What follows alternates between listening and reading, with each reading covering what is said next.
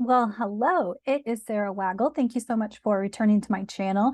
I'm an astrologer, a spiritual guide, I'm a Reiki healer, and I do a lot of different things from leadership and life coaching, and I bring it all together with astrology and guidance to support you through whatever may be coming up in your life. Of course, you can check the description box below for to book a reading with me, and we can go from there. But you are always welcome to watch these videos, and the tarot will be coming back. Give me a minute to get my bearings here through this eclipse cycle that we're in.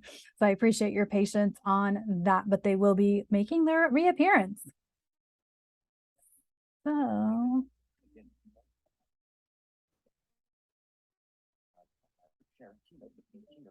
okay. Okay, so let's talk about these moon cycles.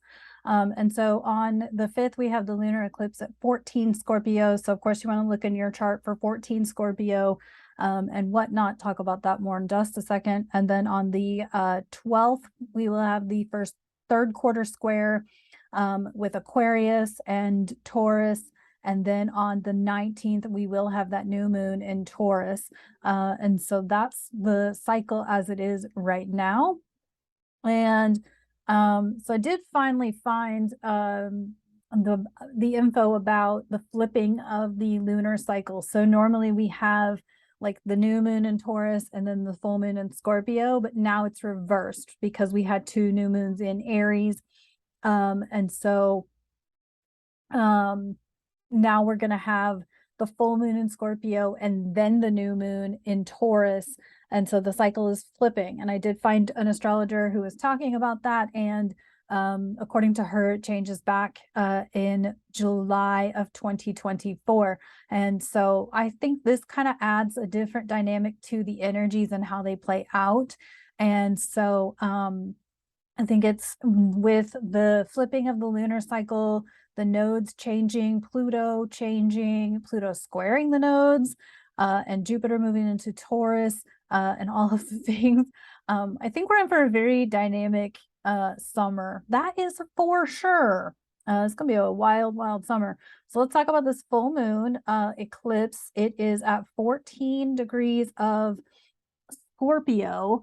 And so it's within 18 degrees of this south node, oppose the sun within 18 degrees of the north node.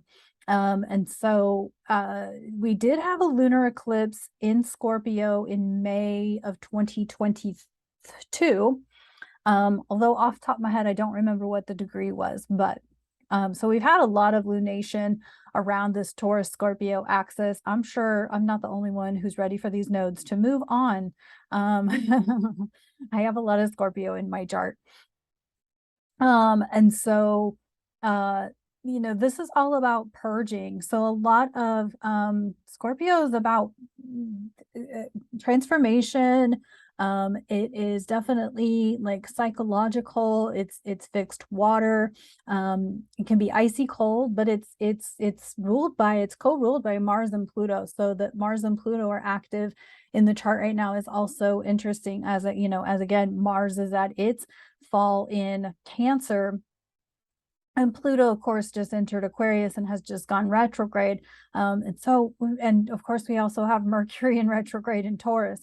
So there's just a lot of dynamic to this energy. And if you watched my video from last week, and I talked about the Uranus opposition for those of us who have Uranus between 19 and 23 degrees of Scorpio in our natal charts, we're also going to be experiencing our Uranus opposition coming up. So if you are in that particular age group of folks, then we've got a for sure, we are for sure in for a wild, wild ride.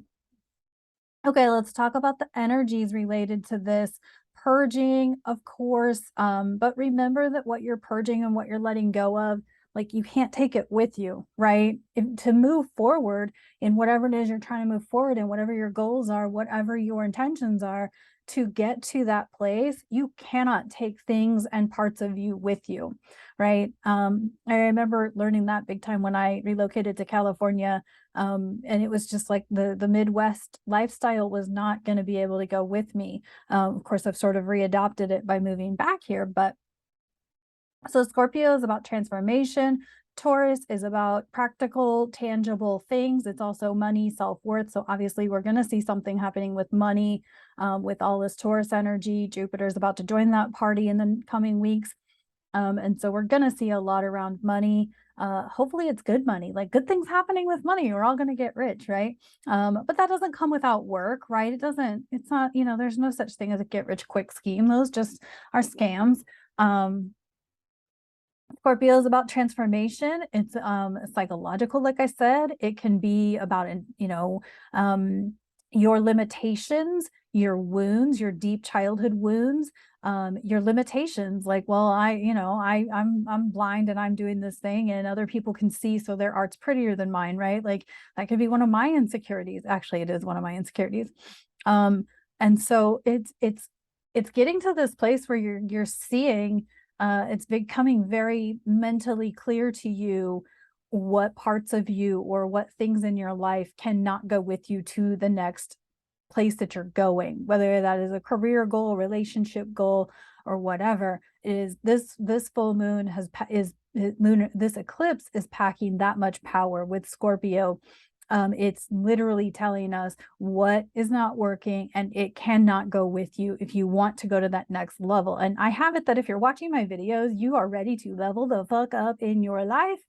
And to do that, you've got to release these old ways of being, these old, outdated parts of yourself that are just not allowing you to get to that next level.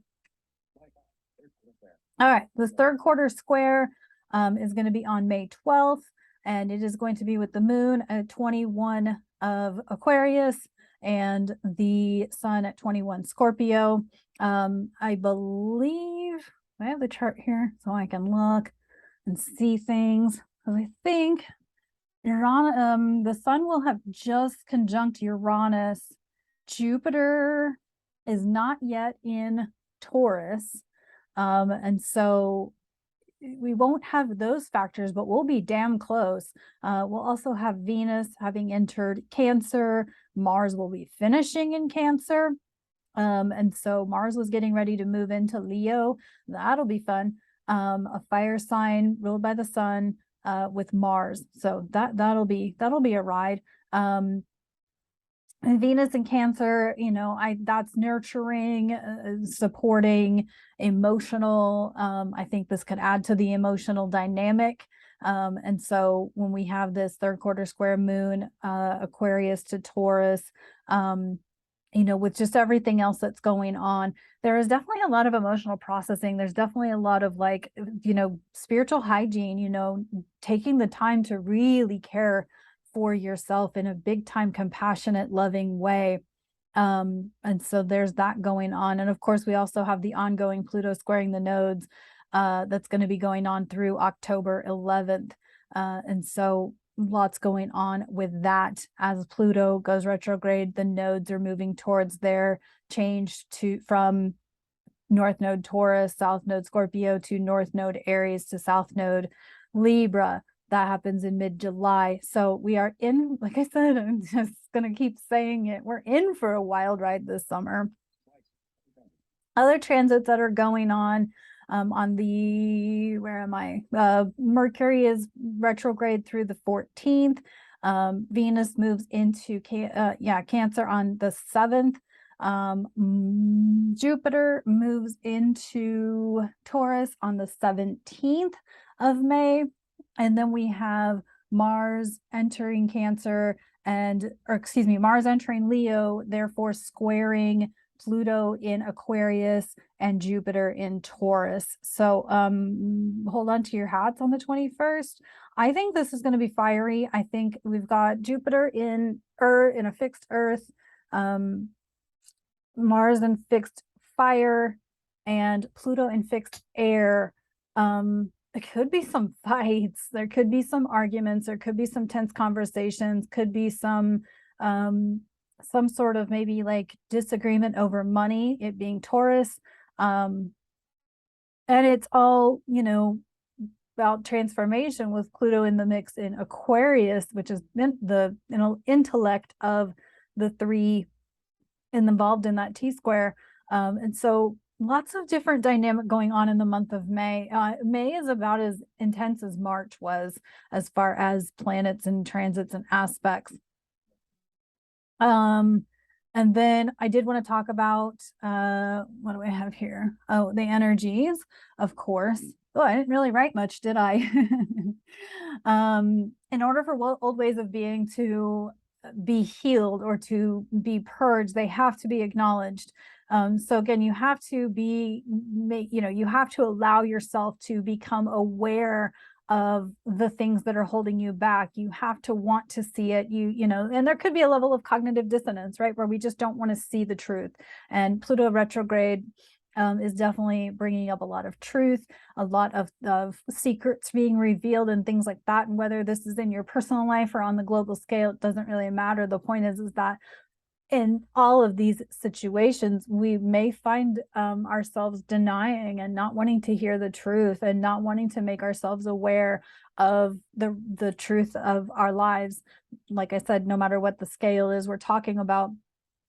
But I will tell you that you cannot heal that which you are unwilling to acknowledge.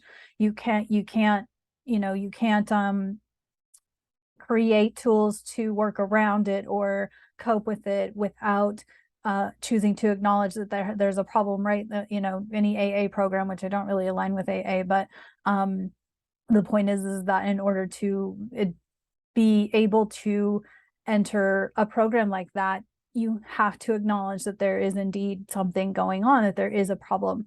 And I'm not saying that you have a problem. I'm saying that, like, to heal and to go where you want to go, you got to acknowledge that there is a thing.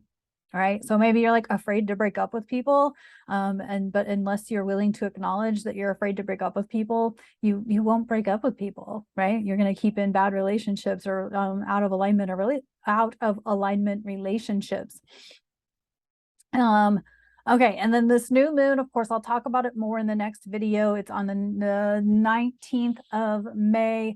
It's at 28 degrees of Taurus. By then, we will have Jupiter having ingressed into Taurus. Everything will have, the sun and the moon will have passed Uranus. Venus is in Cancer. Mars again is still finishing up in Cancer. I think it moves into Leo on the 27th. The 27th, 21st, something like that. It'll be in a video coming up. Sorry, I've been looking at charts all dang day. My brain's a little fried. But okay, so we've got, and I'll talk about this new moon later on. But again, the lunation cycles are flipping. So now we're having the Scorpio full moon lunar eclipse, and then we will have the Taurus new moon. And so still set your intentions, still create clarity during these moon cycles. None of that has changed. It's just the order in which they will show up has changed. So we'll have the Taurus new moon, and then we will jump right into Gemini season, where we will have the Sagittarius new moon, and then the Gemini, or the Sagittarius full moon, excuse me, and the Gemini new moon. So it's just flips, that's all. But it does make things a little crunchier and a little more intense, and with all of the already intense energy we have going on. So, all right. So that takes care of that. Oops. There we go. Okay. So I think the thing is to keep yourself in check. Really be clear about what you need to do. I mean, I have been just journal dumping like crazy. I definitely recommend journaling. I definitely recommend meditating. I definitely recommend checking in with your body. Where are you super stressed out? Where are you feeling good in your body? What's not happening in your body that should be? Like, are you having issues with your digestive system? That could be about your personal power. That's your solar plexus. You know, are you having issues with your neck or your throat? Like, that could be like stress. That could be you're repressing something, you're holding something back. Headaches could be something like a lack of self-compassion. Maybe you're spending too much time beating yourself up, things like that. So there's so many things that our bodies tell us. There's a book called The Body Keeps the Score, that I really, really, really, really, really recommend reading. I believe I read that one on Audible. Might have even downloaded it from a talking book library. Um, and then there's other books too. I mean, you can totally look into like Joe Dispenza or something like that, to really work through the body symptoms that are coming up. Again, disclaimer, I'm not a medical professional, I'm an energy worker. There is a difference. If you really do feel something uncomfortable in your body, please seek medical support or whatever. But what I'm saying is that our nervous systems are really fried right now, and that is going to create, these events that we're going to experience are already going to be shock factor because Uranus is involved. At the end of the day, Uranus is involved. And there's also a lot of like illusionary stuff going on, right? Before that eclipse, the lunar eclipse on Friday, we will have Venus square Neptune. That will create a lot of illusionary stuff. So it's going to be like, and all of these things will not happen overnight, right? Scorpio is not an overnight process. It is a long-term transformation, bringing yourself to an awareness point, processing through it, and then being able to see it on the other side when the wound does reappear, because, that's just how it works. They do reappear.